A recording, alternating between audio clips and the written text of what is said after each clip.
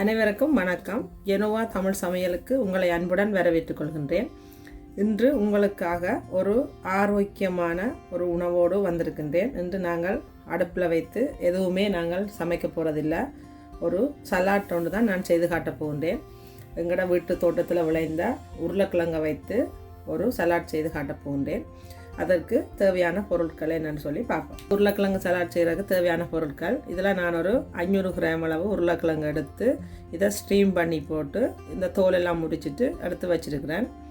இங்கே ஒரு 3 spring onion எடுத்து வச்சுருக்கிறேன். இங்கே வெள்ளரிக்காய் ஒரு அரைவாசி வெட்டி வச்சுருக்கிறேன்.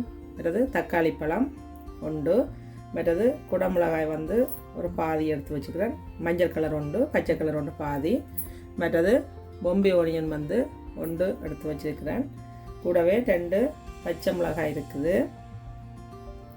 அதோட இதில் அவித்த கொண்டக்கடலை இருக்குது.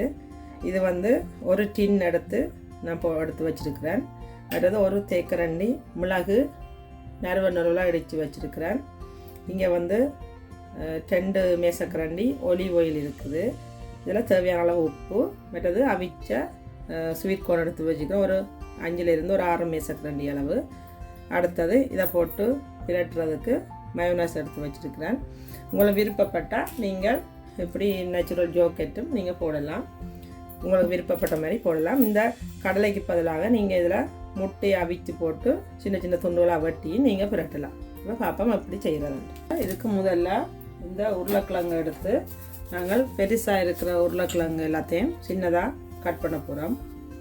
இப்போ இப்படி இருக்கிறத இந்த சைஸில் நான் கட் பண்ணி இதுக்கு போடுறேன். இப்படி சின்னதாக இருக்கிறத அப்படியே போடுவோம். இப்படி நான் எல்லாத்தையும் கட் பண்ணி எடுக்க போகிறேன். இப்போ நான் இதுக்கு உருளைக்கிழங்கு வெட்டி போட்டுட்டேன். அடுத்ததாக வெங்காயம் வெட்ட போகிறேன். இப்போ வெங்காயம் எல்லாம் நல்லா சின்னதாக வெட்டி எடுத்துட்டேன். இப்போ இதை போடைக்குள்ள கொஞ்சம் இப்படி உருத்திட்டு போட்டிங்கன்னா நல்லா இருக்கும். இந்த குடமிளகாயை நல்லா சின்னனா குட்டி குட்டியாக வெட்ட போகிறேன்.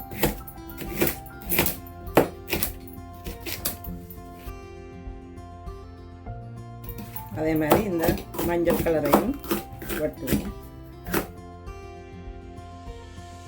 இப்போ இது ரெண்டையும் இதுக்கு அடுத்து போட போகிறேன்.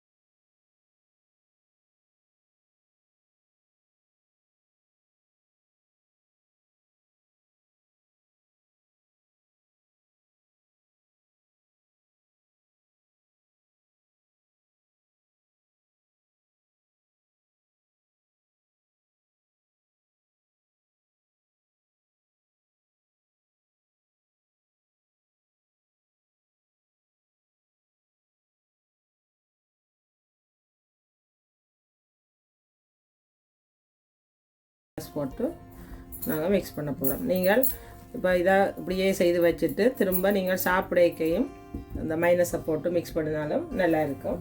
அதாவது இப்படியே பிரட்டி வச்சுட்டு நீங்கள் ஃப்ரிட்ஜில் வச்சுட்டு மறுத்தெடுத்து சாப்பிடலாம். இப்போ இதுக்கு தேவையான அளவு மிளகு தூள் போடுறேன். நான் ஒரு தேக்கரண்டி தான் நான் போட்டேன். நான் உங்களுக்கு கூட தேவையான இன்னும் கொஞ்சம் கூட போடலாம். அடுத்தது 2 மேசக்கரண்டி ஒலிவ் ஆயில்.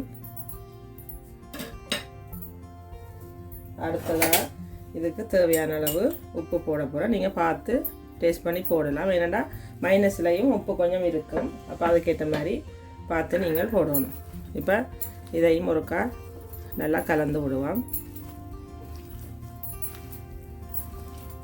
இப்போ இதோட இப்படியேயும் நீங்கள் சாப்பிடலாம். மைனஸ் போட விருப்பம் இல்லாதாக்கள் அல்லது மைனஸ் போட விருப்பம் இல்லாதாக்கள் தயிரை போட்டும் நீங்கள் மிக்ஸ் பண்ணிவிட்டு சாப்பிடலாம். மிகவும் சுவையாக இருக்கும் இது. இப்போ நான் இதுக்கு தேவையான அளவு மைனஸ் விட போகிறேன்.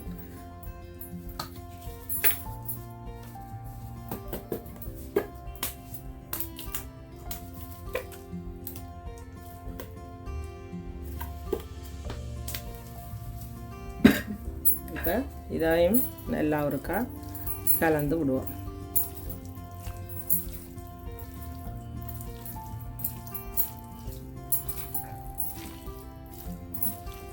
மிகவும் ஒரு ஆரோக்கியமான ஒரு உணவு, மிகவும் சுவையாக இருக்கும் இது நீங்கள் ரைஸோடையும் வச்சு நீங்கள் சோறு சாப்பிடைக்கும் சாப்பிடலாம். அல்லது நீங்கள் இதை தனியாக கூட சாப்பிட்டாலே ஒரு முழு சாப்பாடு சாப்பிட்ட மாதிரி ஒரு ஃபீல் உங்களுக்கு கிடைக்கும். இப்போ இதை நீங்கள் உங்களோட வீடுகளை செய்து சாப்பிடுங்க. மிகவும் ஒரு என்னென்னு சொல்கிறது, ஒரு அடுப்பில் வச்சு நீங்கள் குக் பண்ண தேவையில்லை. எல்லாத்தையும் வெட்டி போட்டு மிக்ஸ் பண்ணி விட்டாலே சரி. ஒயிலும் நாங்கள் ஒலிவ் ஆயில் தான் பாவிச்சிருக்கிறோம். அதால் அதுவும் உடம்புக்கு நல்லது தான், கெட்டது ஒன்றும் இல்லை. இப்போ இவ்வளோ தான் இதுக்குரிய வேலை. இது இப்போ ரெடி ஆகிட்டு இதை நாங்கள் இன்னொரு பவுலுக்கு மாற்றுவோம். இதோ நான் செய்த உருளைக்கிழங்கு சலாட் தயாராகிட்டுது. இதை நீங்களும் உங்களோட வீடுகளில் செய்து சாப்பிட்டு பார்த்து எப்படி இருக்குன்னு சொல்லி மறக்காமல் கமெண்ட்ஸ் பண்ணுங்க. பிடிச்சிருந்தா லைக் பண்ணுங்க. உங்களோட ஃப்ரெண்ட்ஸ் ஆக்களுக்கும் ஷேர் பண்ணுங்க. இதுவரை எனது சேனலை சப்ஸ்கிரைப் பண்ணாதாக்கள் சப்ஸ்கிரைப் செய்து கொள்ளுங்க. கூடவே பெல் பட்டனையும் தட்டி விடுங்க. மீண்டும் இன்னும் ஒரு புதிய சமையலுடன் சந்திக்கும் வரை நான் உங்கள் ஜெனோவா. நன்றி.